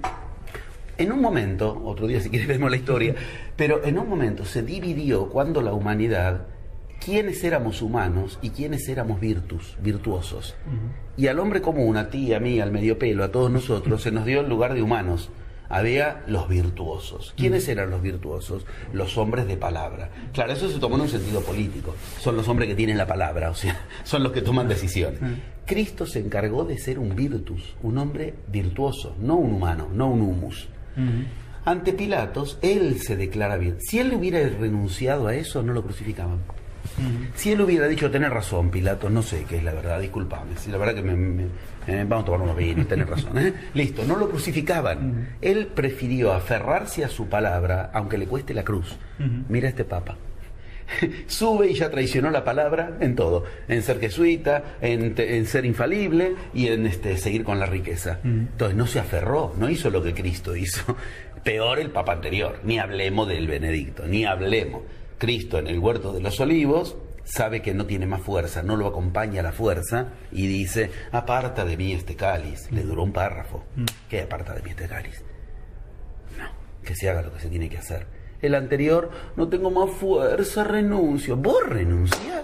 Vos no tenés más fuerza. Tenés los mejores médicos del mundo, la mejor comida del mundo, la mejor vivienda del mundo, y vos no tenés más fuerza y renunciás. ¿Dónde está tu ejemplo? ¿Dónde está el ejemplo que le está? Imagínate que nos queda a los demás. Si el Papa renuncia porque está cansadito, no. ¿Qué cansadito? Va a venir con el cansadito. ¿Dónde está el ejemplo? Entonces digo, cuando nos muestran las decisiones que toman, nos muestran que son decisiones opuestas a las que ubicó Cristo. El concepto de la fe, el concepto de la verdad, las decisiones que toman, todas nos alejan de lo que hizo Cristo. Ahora bien, eso la misma Iglesia lo puede empezar a resolver si nos empieza a contar algunas cosas que la gente no conoce, pero que son las del verdadero Cristo. Y que ni siquiera hace falta que declaren mucho, andar pidiéndole disculpas como con Galileo, qué sé yo, a la humanidad. Si lo hace con inteligencia, y el Papa inteligente demostró ser, eso no hay duda, puede hasta, sin hacer demasiado lío, ayudar a que de verdad la Iglesia no termine tan mal como Malaquías dice, pero lo que pasa con la Iglesia es cosa de la Iglesia, ayudar de verdad a la humanidad a que se acerque a Cristo. No te olvides que detrás de eso está la amenaza del Pedro Negro, que es la profecía de Malaquías, o sea, el descendiente directo de Cristo, que el día que decida, es un inepto, quiero que no se depositen esperanzas al respecto, es un inepto, otro que hizo de eso una cuestión política, pero a la humanidad le va a impactar mucho si se entera a nivel masivo que el tipo saca los documentos a relucir de yo soy descendiente, soy el hijo, soy el hijo de Cristo, por decirme, el retorno de Cristo, el hijo del hijo de la humanidad. No le queda otra, nos engañaron 2000 años, bueno, pero lo peor es que después deposite la esperanza en eso, porque eso, ¿entiendes? Es peor el remedio que la enfermedad. Es curioso, pero el otro día leía, no sé si es cierto o no, que un heraldista de aquí de la Generalitat, además, o sea, un hombre muy oficial, que toca solo temas oficialistas, y él decía que el rey de España viene de Gengis Khan. ¿Había? De Gengis Khan, sí, interesantísimo. Lo tiene ahí. Sí, señor, claro que sí. Sí. ¿Será posible? Claro. Bueno, mira, curioso, si al final de cuentas, ya que nombras esto, ¿no? Una vez ocurrió. Creíamos que jamás iba a ocurrir que se podía hacer algo distinto que estar bajo la monarquía. Y se cambió y bueno, estamos bajo la democracia. No es que uno pueda decir no ocurrió. Ok, ¿por qué no puede ocurrir lo mismo con la Iglesia? Claro. ¿Me entiendes? De una monarquía, pero democracia no es un cura que toma mate. Democratizar a Cristo. ¿Y qué es democratizar a Cristo? Que le llegue a todos. Pero que le llegue Cristo, no que le llegue el capricho de lo que nos hacen creer. Que no sirve, que no nos sirve. Si la gente aprendiera lo que de verdad es el arrepentimiento, entendería que es una técnica, y esa técnica no tiene nada que ver con hablar ante un cura y que te perdone. Es una técnica gnóstica, se llama metanoia, sigue 3 pasos, y eso es lo que enseñaba Cristo. Mira, cuando Cristo se estaba por ir, Si quieres después hablamos del tema, pero no vamos a decir cuándo resucitó, porque la Iglesia se encargó de hacernos creer que resucitar significa murió y resucitar significa volver a despertar. Cristo nunca dijo que se haya muerto en la cruz. No lo dijo, porque Cristo no mentía, le daba dignidad a su palabra. De hecho, resucitar significa eso, volver a despertar. Suscitar, ¿qué es suscitar? Te suscita un interés, te despierta un interés. Es increíble cuando vas Claro, ves, la Iglesia te encajó, y es como detrás en la fe te encajó. Pensémoslo así, cada una de esas palabras son un recipiente de oro que lo llenaron de basura, podrida para colmo.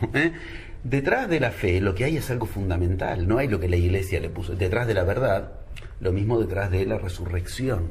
Resucitar. De hecho, pero de una manera irrefutable, en un momento los discípulos, como siempre, están insatisfechos, que quejan, para eso son discípulos, para quejarse todo el día, porque no les dan lo que el yo espera que les den. Entonces le dicen a Cristo en un momento, danos una señal.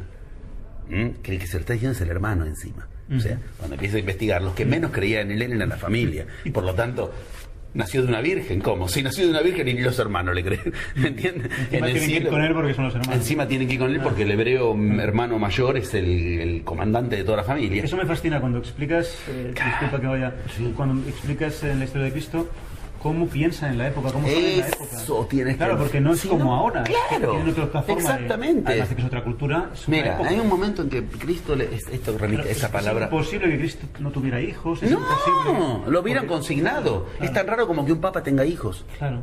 Si para un hebreo era un pecado no tener hijos. En la Mishnah, en la ley judía, está consignado abierta y explícitamente. Si un hombre llega a los 25 años y no tuvo hijos, está ofendiendo a Dios. Punto. No es opinable. Y un rabí, más aún. Y un rabí del que encima se le decía raboni, o sea, rabí por encima de los demás rabinos. Después viene el juego de bar rabí, bar hijo, rabí sacerdote, Barrabás, que no hay duda de que entonces tuvo un hijo, todos esos simbolismos que están todos desentrañados ahí en la historia oculta de Cristo. Pero lo que...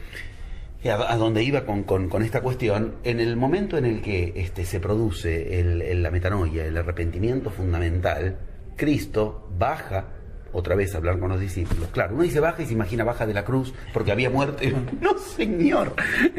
Ahí todo está ubicado. Por eso me encargué todo de detallarlo. Si me lleva a cada uno de estos temas maravillosos, me gusta demasiado y no quiero abundar en detalles, pero hay que entender algo. Cuando a Cristo le habían pedido los hermanos una señal porque no creían en él, lo dice claramente. Te hablo de la canónica, no te hablo de la Biblia apócrifa, alguno de los apócrifos. Lo dice literalmente, ni sus hermanos creían en él. Entonces no habían visto una madre virgen. Ok, todo eso queda descartado de entrada. Pero dice que le pidieron una prueba. Danos una prueba. Y él le responde, ¿quieren una prueba? Tendrás la señal de Jonás. Ok, claro, la gente lee eso y sigue de largo. Vamos a investigar. ¿Cuál es la señal que dijo Cristo que él iba a dar como señal? Jonás. ¿Jonás quién fue? Jonás fue un personaje del Antiguo Testamento que estuvo 3 días adentro de la panza de una ballena y salió porque la ballena lo vomitó. Adentro, ¿cómo estuvo? Vivo. Claro. Cristo no mintió. Cristo no dijo yo me voy a morir y voy a resucitar. Nunca lo dijo. Resucitar en un sentido de revivir, ¿entiendes? Y de hecho el tipo fue tan honesto que les dijo, tendréis la señal de Jonás. Cambia la ballena por la caverna a la que lo llevaron y entiendes todo. Cristo estuvo 3 días como Jonás adentro de la ballena, vivo, restableciéndose, los eseños lo restablecieron, por eso dice la Biblia abiertamente, llevaban 45 kilos de aloe y mirra. ¿Para qué necesita 45 kilos de aloe y mirra si adentro hay un muerto? Claro, los ángeles en blancos. Los eseños se vestían de igual. El aloe y el mirra son altamente curadores. ¿Para qué voy a llevar curadores ante un muerto? Son curativos, son medicinales. ¿No entiendes? Si llevaron eso y 45 kilos, además no era todo aloe y mirra, porque después con qué corrían la piedra, y dicen que hubo una gran explosión, un temblor. Porque aparte 45 kilos tenés para resucitar un ejército, más o menos, digo. Bueno, ok, pero eran medicinas, no eran selladores de lo que se usa con los cadáveres que les sellan, no. Bueno, ok, entonces entendamos. Cristo se vuelve a encontrar con sus discípulos después de la cruz y ficción. Yo lo digo así siempre, la cruz y ficción de Jesucristo. Entendamos que ahí tuvo toda una ficción. Me gusta el juego de palabras. Es maravilloso, hay que escucharlo. ¿Por qué eligieron esa palabra, no? Solo hay que escucharlo. Después de la cruz y ficción, Cristo se vuelve a encontrar con sus discípulos. y vio que sus discípulos, como casi siempre ocurre, habían entendido lo que quisieron, de lo que les interesó. De hecho, en Getsemaní, cuando lo vienen a apresar, queda claro, y les dice, oren por mí un rato, y vuelve y estaban dormidos. O sea, hay que entender que no era tanto milagro, tan convincente como nos hace creer la Iglesia, porque ya ves, los hermanos no creían en él, los discípulos se le duermen cuando más los necesita. O sea, entendamos que hay otra iniciación, no la que nos quiere hacer creer la Iglesia. Bueno, sin embargo, cuando ve que no habían seguido lo que le enseñó, se toma como de un salvavidas. Lo último que te puedo decir, me voy a ir a la India. Digo, la concepción de la cosmovisión era, se iba a la India, no los iba a ver más, se iba a encontrar con otro que él no sabía que se iba a encontrar, Pablo. El encuentro, Pablo lo dice con claridad. Esto me lo dijo Cristo, se lo dijo en una visión. Todo esto está, todo está manipulado. Sí, absolutamente. Y lo hemos decodificado punto por punto. Está todo detallado en la historia oculta de Cristo. Ahora, cuando no sabe qué más decirle, porque ve que no le entendieron nada, la mayoría de sus discípulos les dice un solo concepto. Les dice, bueno, ved y predicad el arrepentimiento en mi nombre. Como que ya no me entendiste nada, por lo menos esto. O sea, quiero que se entienda. El arrepentimiento es algo tan importante para Cristo que cuando no sabe a qué recurrir para dejarles un legado de enseñanza, el manotón de ahogado que busca es, bueno, el arrepentimiento en mi nombre. Lo identificamos mucho aquí con la culpa, ¿no? Eso, culpa, confesión, entonces ya es iglesia. Okay. El arrepentimiento en mi nombre es una frase en sí misma, que es un ejercicio gnóstico. Porque el arrepentimiento es un ejercicio en el que tú aprendes, escúchame bien, por eso digo acá está el otro concepto de Cristo que quedó totalmente ignorado directamente, ni manipulado, que es el concepto del tiempo. Para Cristo era fundamental el concepto de pensar el tiempo como lo pensaban en la India y en Grecia. Después, si quieres, lo hablamos. Pero el arrepentimiento es una técnica gnóstica, no agnóstica, gnóstica, que cambia el pasado. ¿Entiendes que tenés que tener otro concepto de tiempo, circular, no lineal?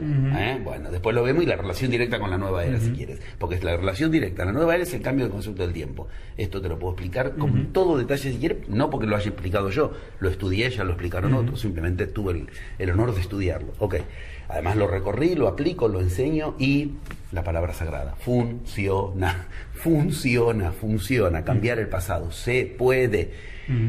Cambiar el pasado, ¿qué es? El ejercicio gnóstico llamado tener una mente nueva, liberar tu mente. Mente nueva es metanoia.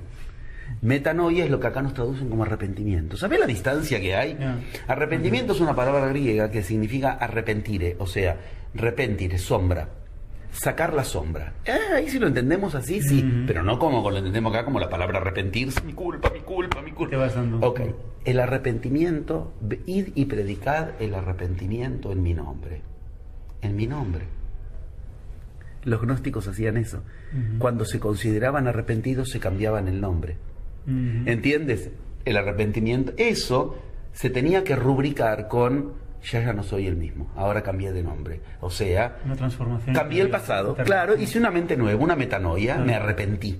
Y como digamos, mi compromiso de que yo no voy a volver a hacer eso, que de lo cual me arrepentí, es me cambio el nombre. Por eso es ir, ahora la iglesia lo traduce, ir y predicar el arrepentimiento en nombre de Cristo. ¿Entienden? Es lo mismo que pasa con la verdad. Cristo dijo, es dir vis ades, o sea, no lo dijo, lo actuó. Yo soy la verdad. La iglesia, ¿cómo lo traduce? Cristo es la verdad. En lugar de enseñarte a ti a encarnar la verdad, esa es la enseñanza de Cristo. Este virtuoso, que encarna la verdad, es el que tienes delante. En vez de enseñarnos a encarnar la verdad, ¿cómo lo traduce? Cristo es la verdad. Ya no me sirve para nada. Claro. Yo tengo que seguir a otro, no encarnar yo la verdad. Lo mismo con el arrepentimiento en mi nombre. Es una técnica gnóstica. ¿Cómo lo traducen? El arrepentimiento en nombre de Cristo. O sea, entre los conceptos que ignoraron, entre las mentiras que dijeron de la vida de él, los conceptos que ignoraron de su enseñanza, y lo peor aún, los conceptos que transformaron en otra cosa, y entendemos perfectamente por qué la humanidad está como está. 2000 años de vieja era, gran oportunidad desde el 22 de diciembre del 2012, y todo está peor o igual. Y parece que tenemos una suerte. Gracias por lo menos a lo que tú has investigado en este libro que vas a sacar ahora, o en la historia oculta de Cristo, se ve bastante claro. Tenemos una suerte que al menos Cristo sí era un iniciado, como otros muchos otros, que propone una posibilidad al humano. Tal cual. Mira, ¿no? ahí se relaciona con el otro tema, y que te iba a decir antes, la primicia además. Y es la siguiente, lo que yo consideraba, digo, para mí esto es suficientemente muestra de veritas, de que lo que estamos haciendo emana una verdad. Mira, junto con lo que le voy a llevar a Bergoglio, la investigación, en papel, le voy a llevar algo más. 22 de diciembre del 2012, inicio de nueva era. Yo tuve el honor de ser invitado por una sacerdotisa maya, Naquín, a una unión mundial que hizo de lo que ella llamó Maestros de la Sabiduría, en el que tuve el honor de ser invitado. Estuve entre los 103 maestros haciendo el ritual en la noche del 21 al 22 de diciembre en Mérida, donde fuimos a hacer un ritual y con un montón de gente. Fue una noche que había que hacer eso, y en ese lugar, en la pirámide de Mérida. Este diciembre, en Uxmal. el año... Ahora se cumple un año dentro de pocas semanas. Exactamente. Tuvimos toda la noche ahí. Bien. Al amanecer, en el momento donde más había que hacer el ritual, cuando entrara el primer rayo de plasma que se inaugurara la nueva era, las esfinges se presentaron. Esto lo enseña la magia. Cuando viene lo valioso, se van. Empezaron los guardias del parque a sacar a todo el mundo. Era el momento en que todo lo que habíamos hecho era preparativo para ese momento. Bueno, aprovechamos los que de verdad, digamos así, sabíamos lo que estábamos haciendo ahí, no un ritual de cáscaras de New Age, sino de verdad sabíamos que ese era el momento y que no nos podíamos ir ahí, si no todo lo que habíamos hecho no servía para nada. Aprovecho que mientras los guardias sacaban la gente de mi escuela que viajó de todo el mundo para ir ahí, estábamos, y venga, aprovechemos ahora, mientras se distraen. Nos quedamos al lado de la pirámide y ahí hacemos el ritual. Un grupito chiquitito bien. Estábamos ahí, tengo las fotos, están las fotos, se pueden ver en la página, y se me acerca alguien que sabía muy bien que ese era el momento y por lo tanto no se había ido, quiere decir, sabía que ese era el momento. ¿Quién era? Un sacerdote quero. Yo estuve con los queros 11 años atrás. Me vinieron a buscar en la Plaza de Armas de Cusco, allá en muchas notas lo he contado, esto, para no perder tiempo ahora, pero ok. Uno de ellos, que me recibió en Cusco, estaba ahí ese día y me reconoció y se acercó, lo cual quiere decir, los dos sabíamos muy bien que lo que había que hacer. Se acercó, bueno, te puedes imaginar, en ese momento, en ese día, a esa hora, reencontrarte, aparte 11 años después, y lo digo de una manera... Y en México. México. Y lo digo de una manera hiper respetuosa. El atorrante hablaba en castellano. Y él allá no me habló una sola palabra en castellano. Yo estuve todos los días que estuve ahí, no me hablaron en castellano. O sea, él entendió todo lo que yo decía. Claro, está muy bien, son estrategias. Porque así, si yo hablaba mal de ellos, ellos se daban, ¿entiendes? Lo que tienes que demostrar, tu veritas, tu olodumare, tu dignidad. Bueno, la cuestión es que se acercó aquella mañana. Bueno, el reencuentro fue emoción pura, y en ese punto se volvió a dar un contacto, un encuentro. Bien, pasaron unos meses, cambia el Papa, todo esto que estamos diciendo, y él va a venir a Buenos Aires, y yo tengo el honor de que viene a mi plenario a dar 2 horas de charla. Viene, lo digo y se me hace un nudo en la vida, mira, no en la garganta, y acepta traer un objeto sagrado quero para que yo se lo lleve al Papa, junto con mi investigación. ¿Y qué me trae? Yo lo tengo filmado, el momento en el que en el plenario él me da esto adelante de toda la gente, o sea, él cuenta la historia, yo no te la estoy pudiendo forzar, la contó él y está filmado. Una piedra muy extraña, y nos dice, esto no es una piedra, esto es un meteorito, trozo de un meteorito, con una carga especial magnética que hace 3000 años tiene mi cultura, dice él, tiene mi cultura, y que tiene la historia grabada de mi cultura, y ahora está grabando la historia de lo que hoy estamos haciendo aquí. Él dice, algún día tendrán la tecnología para sacar las imágenes grabadas, como grabamos en una cassette, o graban, es lo mismo, en un grabador, nos parece imposible, es la misma lógica. Y él dijo, esto llegó a mí, ellos a mí me ungieron quero allá, me hicieron un ritual que se llama Tuncarpay, que me consideran de la realeza quero. Creo que en el viaje iniciático tienes una fotografía. En el otro camino, ¿verdad? Sí señor. Bueno, ahora la editorial la pone atrás en todas los libros, así muy vale, claro, en la editorial lo ponen, pero sí, efectivamente. En el otro camino yo tengo el DVD donde pongo algunas partes de esto grabadas, de las filmaciones del viaje. O sea, me consideran de la realeza inca, yo lo digo solamente porque hace el tema, no me la paso ubicando esto, pero lo tomaron tan en serio que me confía, él me dice, esto me llegó a mí, de generación en generación, de Pachacútec en Pachacútec, y me hace el ritual de unción, me lo pasa a mí. Y va a llegar a donde tenga que llegar. Si el Papa lo recibe, lo recibe. Si no me queda a mí, yo le dije, no, en ese caso te lo devuelvo. ¿Por qué? Porque yo, la verdad, que entre dárselo al Papa y guardármelo, yo quisiera guardarlo. Entonces, para, digamos, exigirme a mí mismo, ¿me entiendes? Digo, no, si no, yo te lo devuelvo a ti. Pero él me está dando el objeto que conjuga, que guarda la memoria de toda su raza. No 500 años, 3000 años de raza, él dijo. Y él me lo está dando porque entiende que tiene la misma energía que mi enseñanza.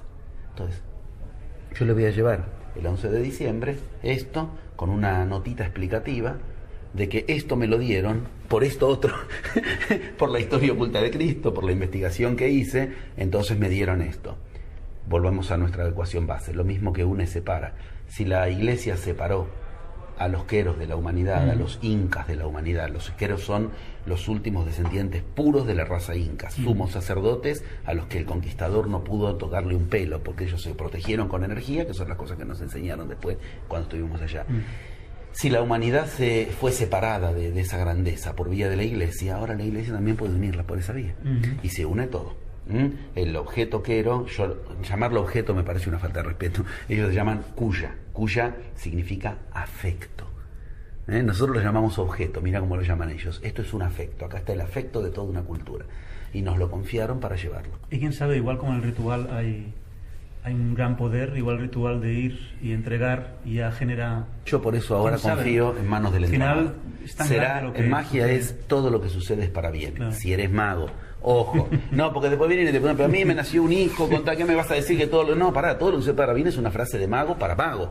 Si tú sigues el camino de la magia, sí, se te comprometerá que todo. Entonces yo digo, todo lo que suceda será para bien. Si ese día no me dejan entrar al Vaticano, será... Y ahora, si me dejan entrar y casualmente me encuentro sola con Bergoglio en el baño, lo digo de una manera, y justo nos encontramos ahí, tengo un minuto para hablar, será para bien. Yo ya entiendo que ahora está en manos de algo mucho más grande que yo, que tú y que cualquiera de nosotros, el entramado universal.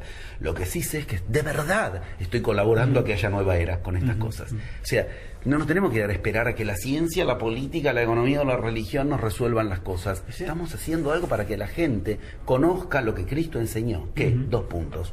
Generar realidad propia. Eso es lo que hace un Dios. Y Cristo nos dijo que tenemos que reencontrarnos con nuestra divinidad. Generar Dios en nosotros. Y para eso hay 11 pasos, y esos 11 pasos Cristo los enseñó con estos 5 conceptos, que cuanto más los investigas, más te llevan a esos 11 pasos.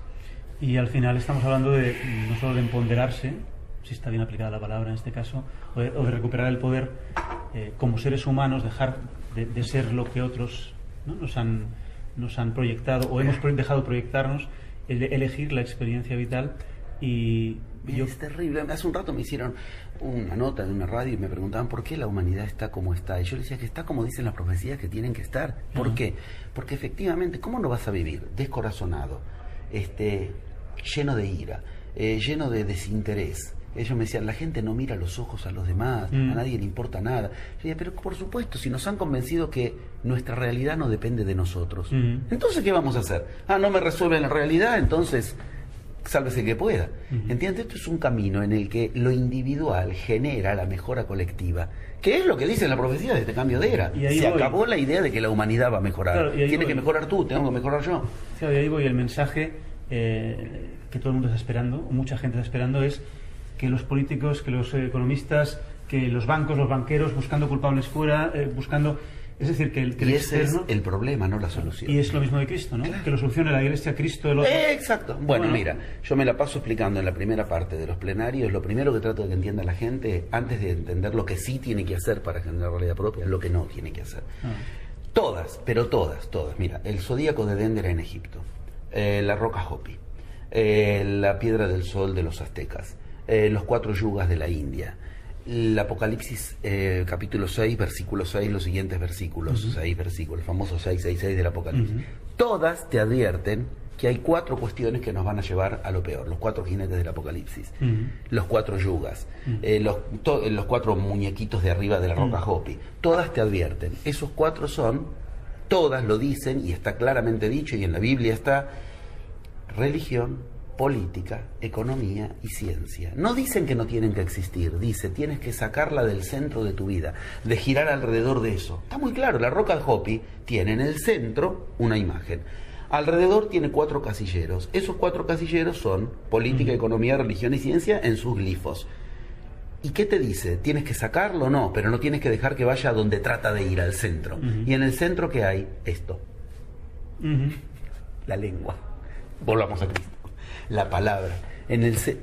Tu lengua funda tu universo. ¿Qué es la piedra del sol? El universo para ellos. En el medio de tu universo está tu lengua. Yo prefiero eso y no en el medio de mi universo, ver qué dijo el ministro. Pero es increíble, la gente cree que está en crisis porque el país está en crisis. Pero no, tu realidad es tuya. Y si el país está en crisis, no quiere decir que tú estés en crisis. Yo vengo de Argentina, un lugar donde vive en crisis. Y yo no estoy en crisis. Sí, es algo que mi mujer y yo también compartimos siempre, es curioso. Es el mejor momento de mi vida y hay crisis. Ahí está. Y yo digo, pues... Eso es realidad propia. Como me has ido aplicando... Eso es realidad propia. Ahí está. Bueno, ¿por qué no decirlo? Todo lo que tú enseñas. Yo soy un autodidacta de tu enseñanza. Ahí está. Y otras muchas cosas que tienen que ver con lo que no se puede. Pero claro, obvio. Que me van enriqueciendo y cada vez... Y lo tienes claro. Ahora, no es solo una cuestión de crisis económica. No puede ser que la ciencia decida si mi enfermedad tiene cura o no. Ahí también tengo que ubicar realidad propia. ¿Entiendes? Que es un compromiso poderoso. Bueno, cada segundo, ¿no? Claro. Que elegir existir. El estado espiritual no puede depender de la iglesia, lo que la encíclica me diga. Mi pareja no puede depender de lo que los psicólogos ya logran o no logran. Mi relación a mis hijos. Yo voy a esas culturas, tú lo sabes, hecho. Más de 100 viajes a esas culturas. No precisan psicólogos, no precisan médicos. Yo me acuerdo que en los primeros viajes me enojaba mucho porque... Dale, deja de contarme el cuentito, Rosa. ¿Dónde estaban las cárceles? Nunca me muestra dónde estaban los hospitales. Es que no habían. Es que no habían. Porque quien genera realidad propia no necesita una cárcel. Porque ¿a quién se le va a ocurrir robarle a otro si está generando realidad propia? ¿Para qué necesito lo tuyo? Lo genero en mi realidad. ¿Cómo hospital? Bueno, además para que me entiendan el concepto de hospital, ¿no? En su idioma. Cuando yo les decía lo que hacemos en Occidente, encerramos a todos los enfermos en un mismo espacio cerrado. Pero lo peor que pueden hacer es meterte en una cloaca y creer que vas a salir oliendo a perfume. Que es lo que hoy ya está comprobadísimo. Una de las principales causas de enfermedad son los hospitales. Aunque todavía no se puede decir muy fuerte, es curioso, ¿eh? ¿Me entiendes? El concepto de realidad propia, que es lo que enseñó Cristo y es lo que después, si quieres, retomamos los conceptos claros, pero creo que ya empieza a entenderse muy bien los conceptos fundamentales. El concepto de realidad propia es el concepto de divinidad. Es el concepto de... Y encima, desde el 22 de diciembre del 2012, tenemos la materia prima del universo que nos genera divinidad, nos genera la realidad del plasma, que es lo que cae desde ese día sobre nuestras cabezas, cada minuto un poco más. O sea, Cristo no tuvo plasma y generó realidad propia. Buda no tuvo plasma y generó... Los incas, los mayas, los egipcios no tenían el plasma que hoy tienes tú y tengo yo. ¿Qué excusa tenemos? ¿Qué vamos a andar esperando a ver si Obama nos resuelve algo? A ver si el ministro de Economía nos resuelve. Son los pequeños. Por eso la Biblia clara, son 4 jinetes del Apocalipsis. No te montes sobre ese caballo, porque te lleva a la destrucción. ¿Y qué podrías decir para todos aquellos que dicen que el problema es el dinero y habría que eliminar el dinero y irse al trueque? O que el problema es decir... Yo les digo, bueno, quizás una opción, lo que pasa es que tú quieres ir al ideal sin pasar por el camino para llegar a ese ideal. Mira, si me preguntas lo que digo yo, te lo puedo contar. Si quieres también mismo lo que dicen las profecías. El cambio mundial, el dinero es una forma, no hacia el fondo. O sea, es un poco de distracción creer que ir por ahí. No, es al revés. Si yo genero mi realidad propia, me va a venir lo que necesito para esa realidad. ¿Dinero? Necesito dinero. ¿Entiendes? Entonces... No hay que confundirlos por dónde con los a dónde. Estas son fundamentales enseñanzas de iniciación. Un por dónde es por dónde llego, cómo llego. El dinero es un lugar por donde llegar a algo, entonces no tienes que poner eso en el centro. Por eso la gente pone el dinero en el centro de su vida y perdió. Porque a partir de ahí puso el por dónde en el centro, y el por dónde nunca tiene que estar en el centro. ¿A dónde quiero llegar? Muchas veces, a mí me pasó con mis películas. Yo digo mis, en un acto de ilusión al respecto de que efectivamente sentirme parte de la cuestión, pero parecía que lo que faltaba era dinero, que por eso no se podía hacer. El estribillo de siempre, ¿no? Más de un país tercermundista, conseguir 2 millones de... Porque encima es una película con un presupuesto alto, porque el tema es fuerte, necesita 2 millones de dólares para hacer una película, por lo menos allá no es fácil. Parecía que lo que faltaba era dinero. Ok, lo que vino y nos resolvió todo no fue por falta de dinero, no fue dinero. aplicando magia en eso, lo que vino fue nombres de actores que hicieron que traigan el dinero. Claro. Y actores que son personas, vas y les hablas, les cuentas esto, ok, yo me prendo, me gustó. Así nos recibió Anthony Quinn. Decir que el tonto se murió después, pero él la iba a hacer la película. Benicio del Toro, y ahora se está haciendo la película anterior, otra primicia. Ahora se está haciendo la película anterior, se hacen 2 películas. La anterior, que no es sobre mi novela, pero que está basada en mi investigación también, en mucho. El guión ya existía, pero cuando se conectaron con nosotros, les gustó tanto que empezaron a cambiarlo y por eso nos van a poner como coproductores. La productora de lo que yo estoy llevando a cabo se llama El Otro Camino, con K. OK, quedaría E-O-C. Y los van a poner como coproductores porque entienden que hemos ayudado mucho. Y consiguieron que en la película, que se va a llamar Ley Primera, esté Robert De Niro. Para una película basada en, al final de cuentas, un guión y una investigación de alguien desconocido en el mundo del cine. Ahí está, ese trajo todo, ¿entienden? En forma inversa. Para la siguiente, que es así, esa ya va a estar basada en mi novela, que de eso escribieron un guión buenísimo, y para esa ya esta facilita todo. Ahora, en ningún momento nos pusimos a pedir un crédito para pedir $2 millones, que es lo que si te comes el paradigma imperante, te intoxicaste. Preciso plata, puedes conseguir plata. No, señor, deja que la magia te diga cuál es la vía. Respondiendo, ¿yo qué puedo decir? ¿Fue un trueque? No sé si fue trueque, no sé si fue plata. Lo que sí sé es que el universo me trajo lo que necesitaba. Y aunque se murió el tarado de Anthony Quinn, la digo con todo el amor del mundo, aunque se murió a los 11 meses, cuando él, nos dijo Catherine, la esposa, la que es la esposa de él se murió con el personaje de tu película en la cabeza. Él ya lo tenía metido en la cabeza, esto nos lo dijo la esposa de él. Aunque se murió, el universo volvió a traer en el entramado y en el momento exacto. Mira cuándo se van a estrenar las películas. Ahora, con el cambio de iglesia, con el cambio de era, imagina que empiece a funcionar un poco la decepción respecto de este Papa. Viene la ¿y ahora de qué? Bueno, ahí viene una enseñanza originaria que te va a decir, prueba por ahí, prueba por acá. Porque lo que el Papa trató de hablar se supone que es de Cristo. Acá está el Cristo sin necesidad de Papa, sin necesidad de intermediarios, nada.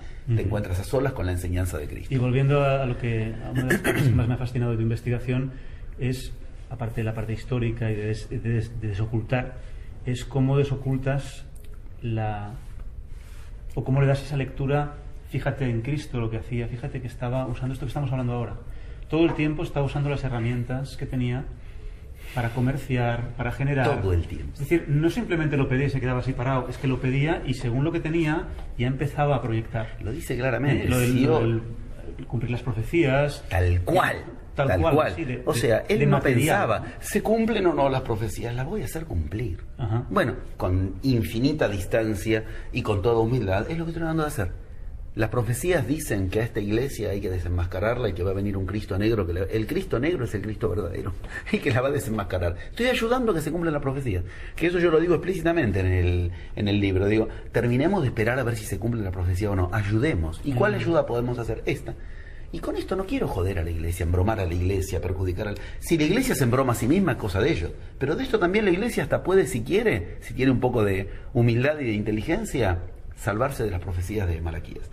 ¿Entiendes? Porque no tiene por qué terminar mal si de a poco empieza a arrepentirse, a cambiar el pasado, a cambiar lo que en el pasado nos dijeron que era fe, verdad, tiempo, arrepentimiento y el concepto más manoseado de todos, el amor. Lo que la gente entiende por amor y lo que Cristo usaba cuando usaba la palabra amor, lo que Cristo tenía en su cabeza cuando decía la palabra amor, no tiene nada que ver con lo que nosotros entendemos por amor. Y la iglesia se la pasa con el estribillo del amor, el amor, el amor, y la gente cree que para aplicar eso tiene que aplicar lo que la iglesia le hizo creer que es el amor. Y Cristo se burlaba de ese amor. No, pero es así. O sea, Cristo se burlaba del concepto que en la iglesia nos dan como amor. Cristo a Pedro le pregunta en un momento, claro, empezamos otra vez con esta historia de, ojo, hay que ir a escuchar lo que Cristo decía, ¿no? En la Biblia hay 4 conceptos de amor, empecemos por ahí. Y Cristo dice, de esos 4 hay 3 que son perdición, y uno es el que Él busca como el que te une a Dios. El que la iglesia nos enseña de esos 3 es el tercero, que es uno de los que Cristo desecha. Cuando Cristo, hay un diálogo tremendo en Juan, diálogo tremendo, yo lo cito en mis plenarios, donde parece estúpido Cristo si lo lees en castellano, porque Cristo le pregunta a Pedro, Pedro, ¿tú me amas? Y Pedro le responde, sí, yo te amo. Y Cristo le pregunta, Pedro, ¿tú me amas? Sí, yo te amo, maestro. Pedro, tú me amas, y se volvió tarado, ¿qué le pasa? No, es que están hablando en idiomas distintos, literalmente. Cristo le pregunta, tú me amas, en un concepto de amor llamado ágape, para los griegos. Y el otro le contesta en hebreo, sí, yo te fileo. Fileo es el concepto de amor que nosotros tenemos hoy. Amor por los demás, amor por sentimiento. Cristo le pedía que haga ágape. ¿Sabes qué es el ágape? Un estado que no tiene nada que ver con un sentimiento. Antes decíamos, le preguntas a la gente qué es la fe, te dice creencia. Le preguntas a la gente qué es amor, te dice un sentimiento. No tiene nada que ver. De hecho, Cristo se lo descarta, se enoja cuando le dice el otro, sí, yo te fileo, que sería algo así como lo que hoy entendemos por amor, un amor filial, de ahí viene la palabra, ¿entienden? Cristo estaba buscando si el otro lo ágape. Y ágape es un concepto de amor que hoy no lo tenemos. Lo tienes que conocer en la iniciación. Entonces la gente dice, sigamos el camino del amor, y no tiene la más mínima idea de qué se trata. Y el camino del amor, es verdad que Cristo lo puso en juego, pero así como Cristo nunca habló de fe, sino de pistis, nunca Cristo habló de lo que hoy entendemos por amor, fileo, sino que hablaba de ágape, para no meterme en los otros dos conceptos que ya son más hilar muy infinito. Pero ¿me entiendes que nos han podrido los conceptos claves? Entonces, claro, todo lo que quieres estar alrededor de eso se te pudre. Y para terminar hablando de Cristo y de amor, que creo que es un final qué mejor. ¿Cuál sería el amor que podemos proponer? ¿Ese amor? Ese amor, ¿cuál sería el amor para que nos entiendan? Yo hablo mucho del sol. Sí, bueno, te fuiste ahí, es exactamente. No es opinable, es así. O sea, cuando Cristo hablaba de amor, hablaba de ágape. Y ágape significa, es un concepto griego, tripartita, ágape, el agalma de los griegos, el agatón, que era el dueño de todo eso, el dueño de casa en el banquete de Platón, y el agálmata, que es el objeto al cual le das agalma. Agalma significa, si lo tuviéramos que traducirlo en una sola palabra, brillo. Por eso te digo, te fuiste al sol.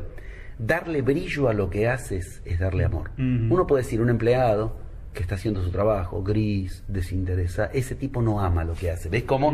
Por eso las palabras...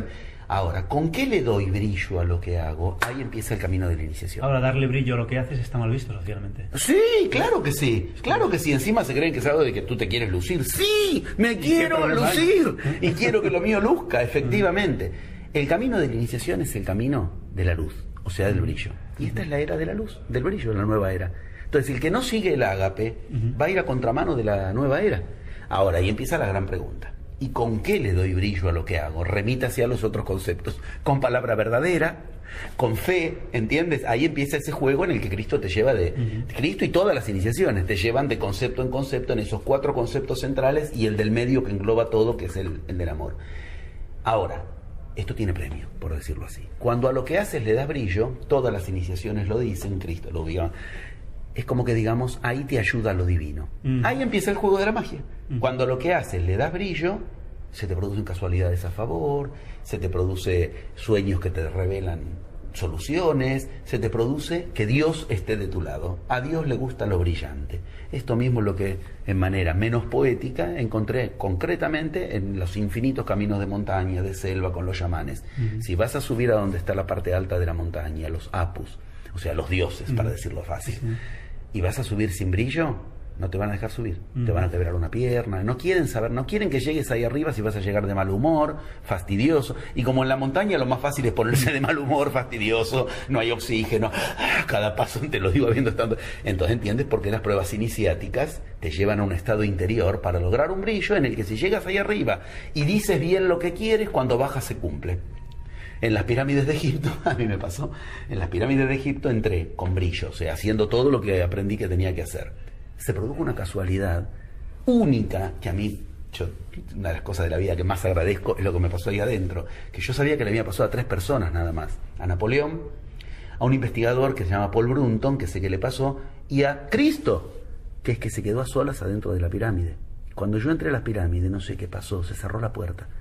Había un conflicto que había como político, la cuestión es que cerraron por seguridad y se olvidaron de mí adentro, me hicieron el mejor favor que me podían hacer. Otro se caga de miedo. Sí, no tengas duda. Me dejaron adentro, estuve como 20 minutos solo adentro, solo con mi esposa, adentro de la pirámide. Solo digo en cuanto a yo con mi vocación, pero ella también forma parte del camino, sabe muy bien. De hecho, el guión de la película lo hizo ella, y pudimos hacer exactamente lo que había que hacer. Terminamos de hacer eso, se abrieron las puertas otra vez y se escuchó un canto, como digo, me morí, porque era un canto como celestial. Digo, uy, entré en el cielo, no me digo. Estaban entrando 2 nenes haciendo un canto religioso. A los 2 años nació el primer hijo y después nació el segundo hijo, 2 nenes. ¿Ves cómo la invocación? Ok, salgo de la pirámide haciendo ágape, haciendo brillo. El calor era imposible, no podía. Eran las épocas de los primeros mails, que tenías que ir a los locutorios, o sea, no había un celular. Entonces, basta, ya la emoción nos había desbordado. Vamos un rato a alguna galería, algún lado para tomar un poco de fresco con el aire acondicionado y de paso vemos los mails. Terminé de hacer el ágape en la pirámide. El primer mail que bajó, Damián diciéndome, en Europa se ha formado el primer grupo para que puedas ir a enseñar, ¿ves? Abre puertas.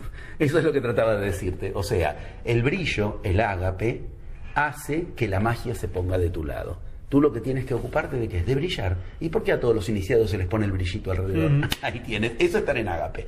Que no tiene nada que ver con un sentimiento, con sentir amor por los demás, como nos hacen creer. Es verdad que el amor es el camino, pero el camino del amor es lo mismo que decir el camino del brillo, el camino de la magia. Y ese camino es el que hace que las cosas tengan ayuda de otro lado, por decirlo así. Mira a la gente cuando quiere seguir el camino del amor, lo que sigue. Un sentimiento por los demás, que está muy bien, pero de los 4, ese no era el que perseguía a Cristo. Cristo no es que dice no hay que sentir ese amor, no es ese el que a él le interesa. Cuando él enseña amor, usa otra palabra, y esa palabra a nosotros se nos perdió con los siglos. La gente se cree que ágape es invitar a comer a alguien. Como esto se enseñó en el ágape de Platón, que era iniciado, Platón, y se enseñó en el banquete, el ágape, la gente se cree que entonces eso, el motivo por el que de esto desemboca en sentarse a comer, y que parece que además es malo, porque un ágape parece una cosa de ostentación, sí, tenía que tener brillo, ¿me entiendes? Pero no tiene nada que ver con sentarse a comer, ni el amor tiene nada que ver con lo que creemos que es. El amor es ágape, y ágape no es solidaridad, no es caritas. Como lo tradujeron. Pues me quito para dar a los demás. Eso, como lo tradujeron cuando tradujeron ágape al latín, la tradujeron como caritas.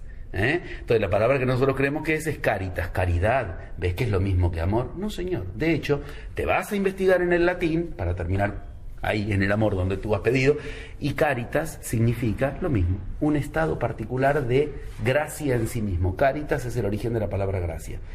Entonces es una gracia en ti mismo. Y las 3 caritas, las 3 gracias, que son belleza, esplendor en sí mismo, o sea, no son le está dando algo a otro, brilla. Entonces empieza ese juego. Claro, ocuparte de brillar es ocuparte de darle luz a la humanidad, empezando por encender tu vela.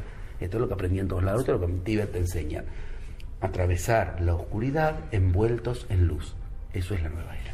Pues para terminar, ¿cuánta enseñanza bajo el velo y cuánta manipulación permitida hasta que uno decide de permitirlo? Tienes razón. Y magia, un escenario de magia para ser magos como Cristo, como José Luis. Con gusto, salvando las distancias, el camino que seguimos. Y como todo el que quiera, ser un mago y empezar a brillar en su propia vida. Recomiendo una vez más, además de los 11 pasos de la magia y todos estos libros, y aplicar los 11 pasos, a mí me funciona, me encanta, funciona. Aplicar también, leer también o documentarse con todo el tema de Cristo, que tú ahora vas a sacar el libro, que además tienes el DVD. Sinceramente, yo siempre digo, está mejor el libro que el DVD, que ya estaba bueno. Sí, hace mucho, me gustaba mucho. Yo me lo vi de un seguido. Mira, claro, no dormí. Yo que lo hice digo, no, este está mejor todavía este que este. Y además está la documentación escrita, con lo cual es un tesoro. Totalmente. Y pronto saco la continuación de la novela, que se va a llamar Y soles lloverán, y lo digo por el marco, no sé si se llega a ver, ahí hay soles lloviendo de fondo, esto es una casualidad. Hotel, sí. Pues ahí está todo eso, y una vez más, no me avergüenzo en absoluto, sino que es un honor para mí reconocer que en los últimos años, parte de mi gran transformación, además de mi mujer, que es una psicoterapeuta excelente y una mujer muy mágica también. Me hablaste de ella. Sí, está todo lo que tú compartes, creo que es una nutrición para mí constante. Entonces me gustaría que todos los que no conocéis a José Luis investigáis un poco y sobre todo nos metáis en foros a ver qué dice la gente. Investigad vosotros y buscad de verdad, como propone él en todo, buscad la verdad que hay detrás del oculto, porque yo creo que ese es el camino que nos aparta del fanatismo, de las creencias, de las programaciones que nos dicen cómo hemos de ser. En la escuela en este momento hay como 500 personas participando en distintos lugares del mundo. Yo todas las semanas me la paso haciendo que todos reciban los mails de todos, contando los resultados que tienen de aplicar esto. Claro. Porque así no hay fanatismo posible, no hay creencia, no preciso que crean, mira, aplico y mira lo que pasó. Claro. Y 500 personas contándoselo en distintos lugares del mundo son una semilla. Claro, y que cada uno elija cómo quiere abrazar cada conocimiento. Hablando de abrazar, permíteme. Muchas gracias. A ti. Gracias. ¿Me voy a caer? Ahora sí. Caerse en la nueva era. Sí, la mesa me impedía. Me hacen lo mismo. Los queros te abrazan para intercambiar.